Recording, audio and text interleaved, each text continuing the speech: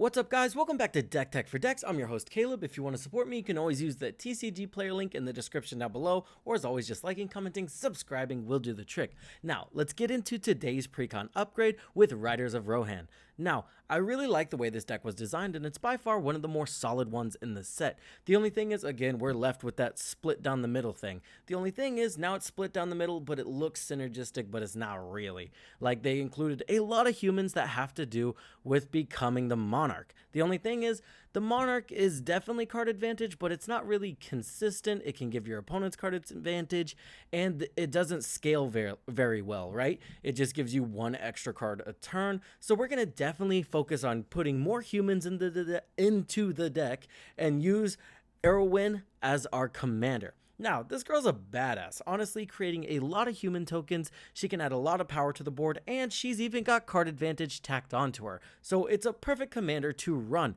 So let's get into those humans that we added to this deck, because that's definitely the first step we took. Adeline, Resplendent Cathar. Now, this one's super solid. Every time she attacks, you're just going to get 3 humans. This is going to make our board wider, and again, that's going to trigger our commander, and we're going to go ahead and start drawing some cards. Adriana, I really like the melee ability, especially in a multiplayer format, right? As long as we're attacking all of our opponents, that'll give us a +3/+3 on all of our humans and make them a lot harder to kill, because that's going to be one of the obstacles in this deck. We do make a lot of really small creatures, but they are super easy to block, so we have to have ways to buff them up. Commander Lyra Porter. This one's super solid too, because it's card advantage. As long as we're attacking all 3 of our opponents, this is going to be a very aggro deck. We're going to exile 3 cards, and it's going to cost 3 less to cast any of those cards. So it's going to be really efficient to slap those low-costed humans onto the battlefield with this girl. Gerard, this one is just board wipe protection. The only problem with going wide with a lot of small creatures is once, your board wipe happens, it can leave you a little deflated and honestly with a little bit of low cards in hand. So this guy's going to be solid board protection. That way you don't just get knocked out of the game out of nowhere, and it's going to be really hard to rebuild. Horn of Gondor. While it's not a human, it can create a lot of humans. This can effectively double your board every turn in this deck, since, let's be honest, the density in humans in this deck is very massive, and we are creating a lot of human creature tokens. Rohan of the Third Path. This one is solid removal, and it is solid card advantage.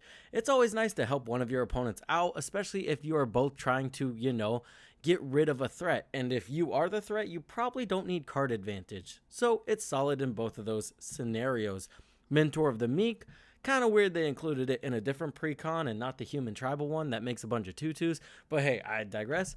This one's gonna be super solid. It's gonna, as long as we have 2 mana open and our commander, we make those 2 human tokens, we're gonna draw 2 cards consistently off this guy.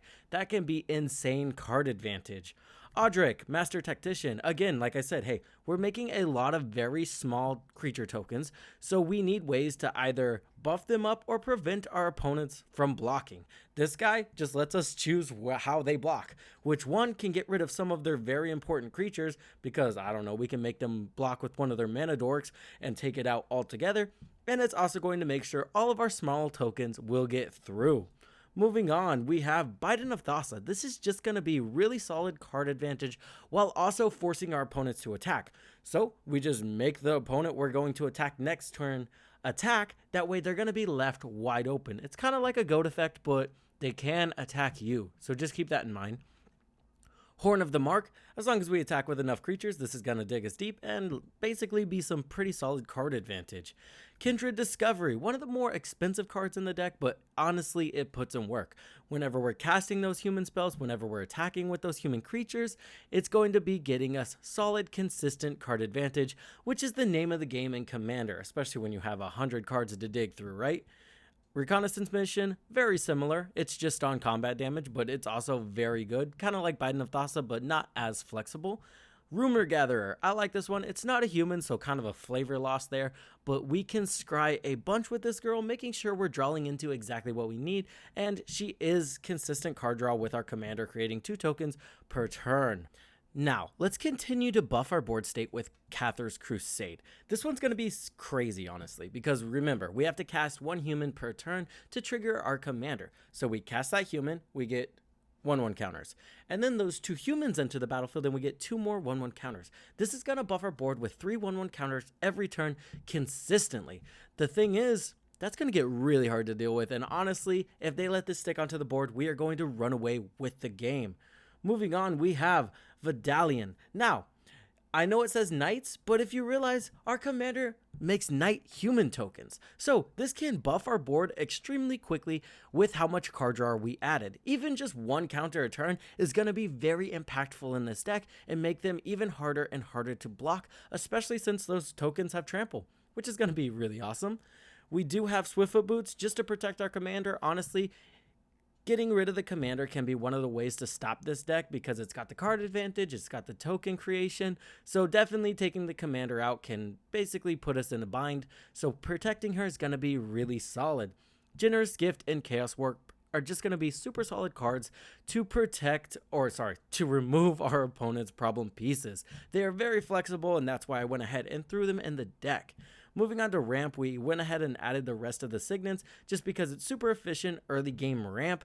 These are probably the best thing you can put into any precon to ramp it up right away, especially when you already have access to the talismans. Alright, finally, let's get into those non-budget options that are going to be really impactful but also really expensive. We have anointed processions. This one's pretty simple. We're just going to double up on all of those tokens that this deck can create. That's going to get pretty insane pretty fast. Mondrak. This one can do the same thing, but as an added benefit, it's a creature that protects itself. So Mondrak's definitely the better option in my opinion. Esper Sentinel. For some reason, this has human tacked onto it. So hey, throw it in the deck. You get some extra card advantage, and you can buff him up, and it's going to be even better card advantage. But let's be honest, no one pays for this guy anyway. My real Shield of Argive. She's also going to be an amazing include in the deck. Now, a little bit of a flavor fail because she creates soldiers and they don't have human abilities, or human typings abilities. I'm losing it. This is going to be super solid still because it's going to add to the token synergies. Also, it's going to make your opponents play at sorcery speed on your turn. So no combat tricks are happening. They're not going to be able to counter your spells. It can be honestly pretty impactful. People don't always expect that to be the broken part, but honestly, that's probably one of the best parts of this card. And last but not least, let's include Smothering Tithe. This is just solid ramp, right? It's color fixing, it's ramp, and again, no one ever pays for it, so you're going to have a whole board stacked with those treasure tokens. Now guys, I hope you enjoyed the video. Be sure to leave some upgrades yourself, maybe in the comments. That way people get a large variety of cards to choose from when they're upgrading these builds. As always, I hope this helped you in your deck building endeavors, and I will see you in the next one.